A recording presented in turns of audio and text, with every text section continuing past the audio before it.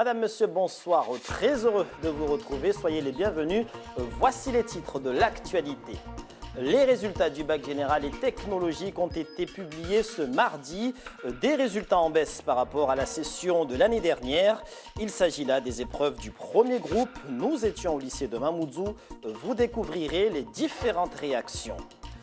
Les suites du drame de Chiconi survenu hier avec la découverte suspecte du corps d'un homme d'une soixantaine d'années. Après s'être concerté hier soir, un collectif d'habitants est passé à l'action ce matin dans la commune. Il exige le départ des vendeurs à la sauvette, pointés du doigt dans les phénomènes d'agression. Et puis nous irons aux Comores, à Moroni. Sur place, l'ambassade de France a levé la suspension de la délivrance des visas. Depuis hier, tous les étudiants comoriens se voient de nouveau délivrer des visas pour se rendre en France. Reportage à suivre tout à l'heure. Les résultats du bac 2018. Après la publication du bac professionnel hier, les filières générales et technologiques ont été affichées aujourd'hui et elles sont en baisse par rapport à l'année dernière. Notre équipe s'est rendue au lycée Bamana à Mamoudzou. Les élèves ont pu découvrir leurs résultats aux côtés de René Lataste et Atoumani Simba.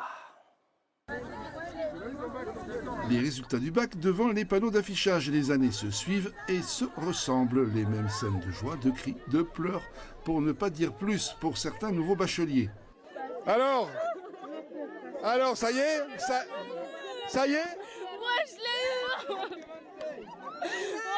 je suis Je l'ai eu. Sans oublier les parents. C'est vous qui l'avez eu le bac? C'est pour ma fille. Bon, si on n'a pas trouvé d'élève en échec, on l'a rencontré d'une des reçues avec mention. Oui, j'ai eu le bac mention bien. Oui, je suis très contente. Et la suite, c'est quoi? Je vais partir faire mes études en France.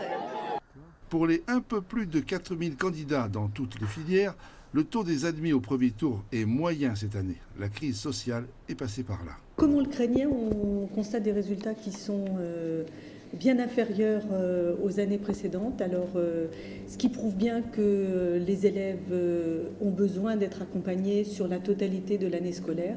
Je pense que les 2 mois de conflits sociaux ont été très importants et au détriment de nos élèves les plus en difficulté ou des élèves moyens. Donc globalement, c'est 5 points de moins sur le bac général pour ce premier groupe et c'est 2 points de moins sur le bac technologique.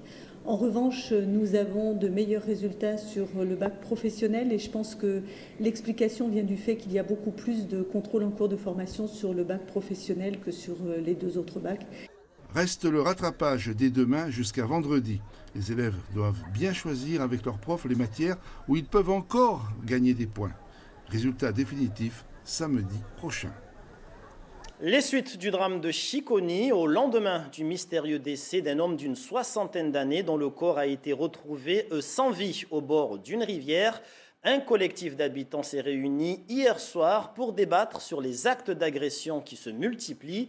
Une action a été entreprise ce matin.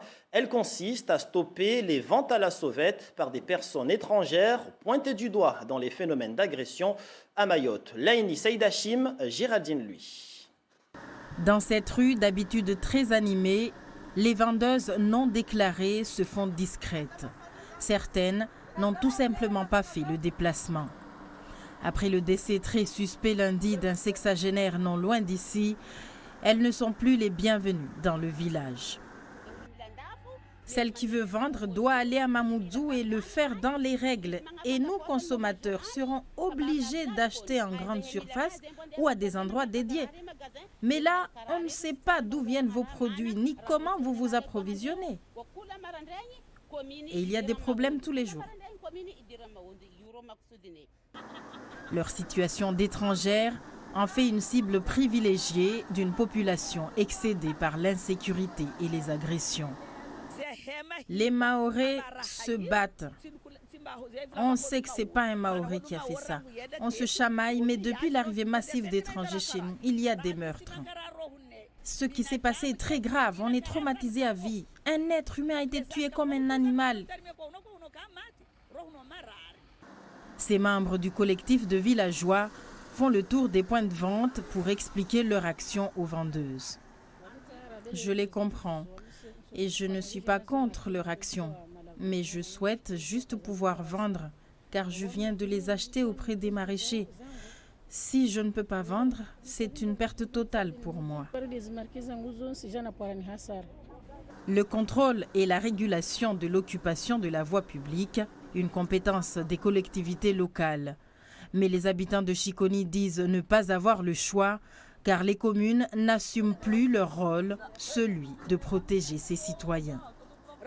Si toutes les enquêtes se faisaient de manière sérieuse, si toutes les autorités s'impliquaient pleinement pour éradiquer ces problèmes d'agression et d'insécurité, si toute personne arrêtée pour ce genre de faits recevait une peine à la hauteur de ses actes et les personnes étrangères purgeaient leur peine dans leur pays d'origine, on n'en serait pas là.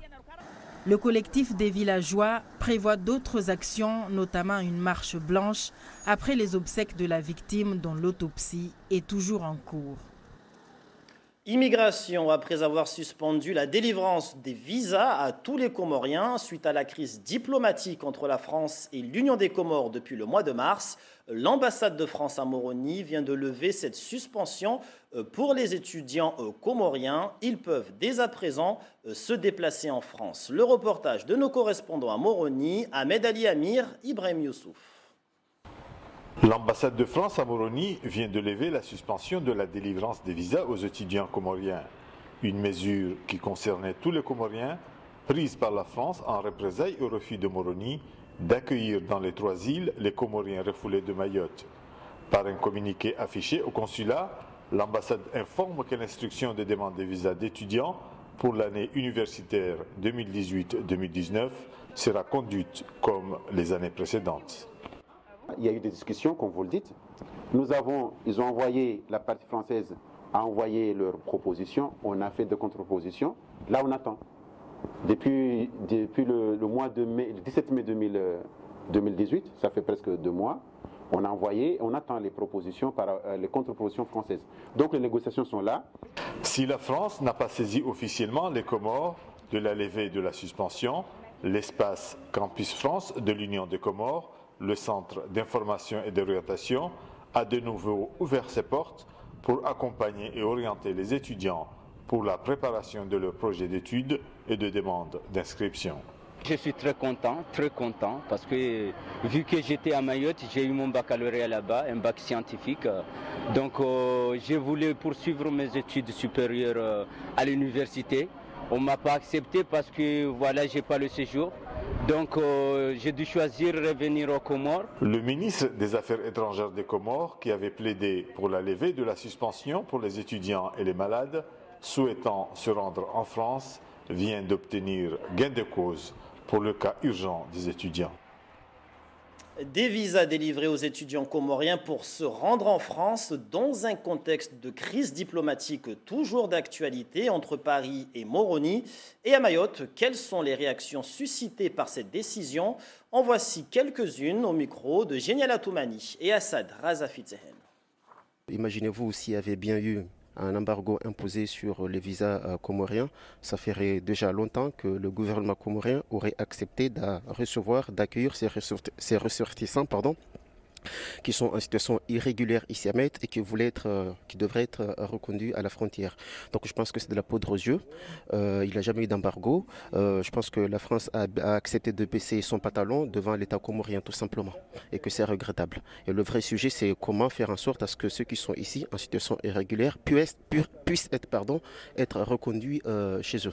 L'État français a entendu la pression des autorités comoriennes, mais n'a pas entendu la pression des Mahorais, puisque là, ce qu'on attend, en soi, l'idée n'est pas mauvaise, mais il faudrait qu'on sache quelle est la contrepartie de ça, qu'est-ce que l'État français a gagné. J'espère que ces étudiants-là vont partir en France métropolitaine, mais pas à Mayotte, parce que je sais que Mayotte, c'est la France.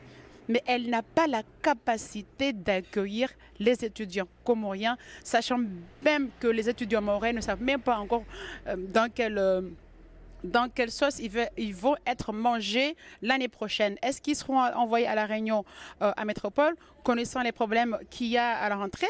Donc je pense qu'elle devrait d'abord réfléchir à ses propres ressortissants étudiants français avant d'aller s'occuper des visas pour étudier en France. C'est une décision qui nous surprend.